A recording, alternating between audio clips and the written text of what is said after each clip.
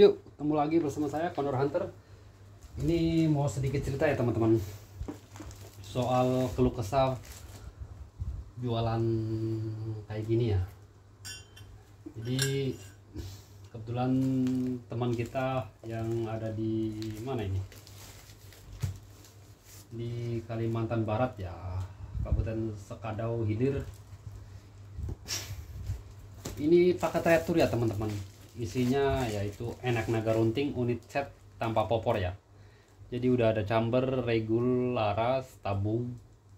Ya, tinggal dikasih popor aja ya. Ini paket retur ya, balik lagi ya. Dengan keadaan sudah seperti ini, sudah dibobol ya. Ini udah yang keberapa ya saya? Udah yang ketiga kali sih. Karena ini menggunakan reguler ya. Reguler itu pesawat ya teman-teman. Jadi ekspedisi menggunakan pesawat ya. Kalau reguler itu ya. Jadi terkadang lolos di bandara, terkadang kalau lagi nggak beruntung ya kayak gini kejadiannya, retur ya. Atau bisa jadi barang disita. Ya. Kerugian pasti ada ini. Kerugian kalau ini alhamdulillah barang nggak disita, cuman retur ya, kirim balik ya. Cuman ongkirnya itu yang hilang. Ya. Karena memang sudah dijelaskan kalau saya udah ajuin klaim pengembalian ongkir, tetap aja nggak bisa ya di JNE ya. Karena nih ada keterangannya ya, yang ini yang nulis pihak bandara ataupun cukai ya, cukai bandara ya. Di sini ada keterangan tabung CO2 atau di sini ada tulisan senpi. Nah, ya. Ya jadi di fikan kalau ini senpi ya. Padahal itu jelas tabung CO2. Karena ada tabungnya ya. Jadi yang terdeteksi itu ada di tabung terutama ya. Kadang juga kayak gini teman-teman, kita ngirim tabung aja nih ya. Contoh kita ngirim tabungnya aja. Misal tabung aja ini ya. Saya kirim tabung aja via reguler ya, udara ya. Terkadang lolos, terkadang juga nggak lolos di ekrai bandara ya. Jadi untung-untungannya.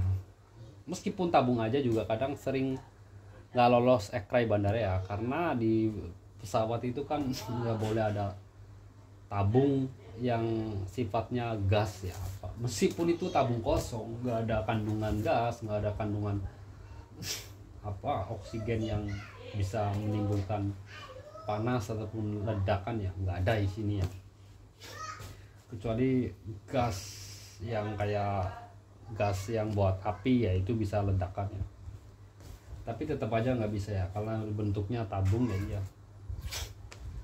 Jadi ke sensor nggak bisa. Ini lebih parahnya lagi, ada keterangan tabung CO2. Sebenarnya ini bukan CO2 ya. Ada lagi senpi ya, ditulis senpi ya, sama pihak cukai bandara ya. Keadaan sudah dijebol ya, sudah dipakai packingan, sudah dijebol dari belakang. Dari sana udah dikeluarin ya, seperti ini ya. Nah, keadaannya udah seperti ini ya, sangat dramatis. Ini udah dibuka ya. Tadinya saya nggak ada packingan lakban hitam, nggak ada ya, cuman lakbannya beda ya. Ini lakban saya ya, ini lakban dari pihak yang ngebongkar ya. Jadi udah dibuka semua isinya. Nah, memang padahal ini ya, trigger sudah saya lepas nih ya. Trigger ya, bagian ini konstruksi triggernya sudah lepas ya, tetap aja nggak lolos karena terdeteksi sama tabung terdeteksi di bandara, bunyi ya, nggak bisa ya. Akhirnya pihak bandara atau pihak cukai ngebongkar isi paketnya, ternyata isinya seperti ini. Jadi diutarakan menggunakan tabung CO2 sama senpi ya. Padahal ini senapan angin. Nah, untuk keadaannya masih utuh. nggak ada yang rusak, cuman dicek bongkar isi ya, laras tabung ada nih udah jebol ya. Ya laras masih ada, tabung masih ada, regulator masih ada di dalamnya, cuma udah dijebol seperti ini ya. Pengiriman ke Kabupaten Sekadau, Kalimantan Barat ya, jadi nggak lolos. Padahal sering saya ngirim paket unit set ya menggunakan reguler, sering lolos. Tapi ini mungkin lagi kurang beruntung ya.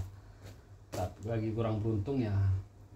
Ya udah yang ke berapa kali, 3 kali saya itu paket return. Dulu Lion Parcel juga sama. Jadi untung-untungan sih reguler itu bisa lolos kirim unit. Untung-untungan. Tergantung kelalaian dari pihak bandara ya. Kalau ngomongin bahaya enggak, untuk di dalam pesawat sih memang enggak bahaya, cuma kan sistem di bandara kayak gitu ya, nggak boleh. Kalau ngomongin bahaya untuk armada enggak, karena nggak ada kandungan gas yang bisa meledak ya. Karena di ini kan kalau paket itu taruhnya di garasi ya, garasi itu dekat mesin pesawat ya. Jadi ini pun kena panas juga nggak masalah, nggak bakalan meledak. Kecuali tabung yang isinya gas yang buat api ya, itu kalau taruh di via reguler, via pesawat kan taruhnya di garasi khusus paket ya, kan dekat mesin pesawat, itu kan hawanya panas, itu memang bisa berbahaya. Cuman kalau ini kan bukan, nggak ada kandungan gas ataupun apa. Toh saya juga safety juga ngirim paket juga posisi angin kosong, nggak ada angin di dalam, nggak ada tekanan, nggak ada angin ya.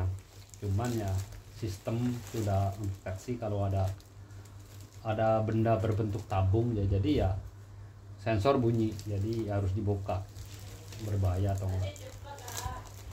Intinya sih di ekspedisi itu nggak boleh ngirim kayak gini ya senapan ya, keterangannya ya, malah bisa kena denda ya sebenarnya kalau ketahuan ya. Cuma kan kita udah join sama ekspedisi, udah sering sih, udah tahu sih. Saya juga nggak umpet-umpetan, nggak diem-diem, tahu saya kirim apa. Cuma kan safety saya safety ya, diutamain ya, kirim angin kosong. Karena berhubung beliau pengen cepet ya, mau nggak mau pakai reguler. Kalau pakai kargo itu memang lama, estimasi nyampainya itu lama, berminggu-minggu ya.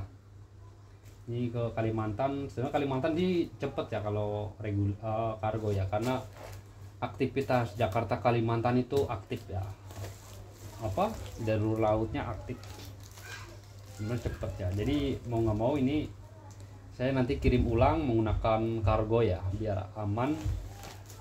Kalau kargo jalur laut ya pakai kapal ya.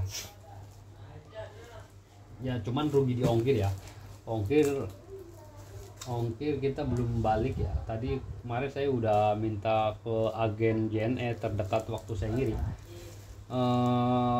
minta kompensasi pengembalian ongkir juga nggak dikasih ya. Akhirnya si agen ngaranin ke saya suruh telepon ke pusat JNE ya. Saya sudah konfirmasi ke pusat JNE untuk klaim kompensasi pengembalian ongkir ya, karena ini kan belum terbang, baru nyampe di bandara ya, belum terbang ya, atau gagal terbang lah ya, gagal kirim ya. Ya kemungkinan kalau saya ngajuin kompensasi pengembalian ongkir sebagian, kemungkinan dapat seharusnya. Cuman sampai sekarang saya belum dapat, masih proses, belum dapat. Dulu saya waktu pakai Lion Parcel, ini ekspedisi JNE ya teman-teman, saya juga sering ngirim pakai JNE, sering lolos. Kali ini gagal ya, alhamdulillah gagal, tapi barang kembali lagi ya teman-teman. Kalau soal ongkir rugi 200.000 ya is oke ya, itu udah resiko ya, karena mau cepet ya reguler. Cuma kalau ya begitulah kurang lebih ya, apalagi kalau pakai COD ya. Misalkan kita kan ada ongkir ya, ongkir COD itu misalkan kita kirim pakai JNT Kargo ya, COD ya, pas paket nyampe ke konsumen nggak ada si penerima ataupun nggak ada si temen atau orang yang mau nalangin ongkirnya. Kan JNT adalah yang COD, JNE juga sekarang udah ada, cuman nggak di semua counter ya. Belum di tempat saya nggak ada layanan COD untuk JNE ya. Jadi kalau COD itu yang ada ongkir PP ya teman-teman, kita harus nanggung ongkir PP ya. Kalau udah paket udah nyampe ke lokasi tujuan, si penerima nggak ada yang mau nalangin ongkirnya, otomatis ongkirnya PP. Misalkan ongkirnya 150.000 dari tempat saya ke alamat tujuan, berarti tinggal dikalikan lagi ya, jadi 300.000.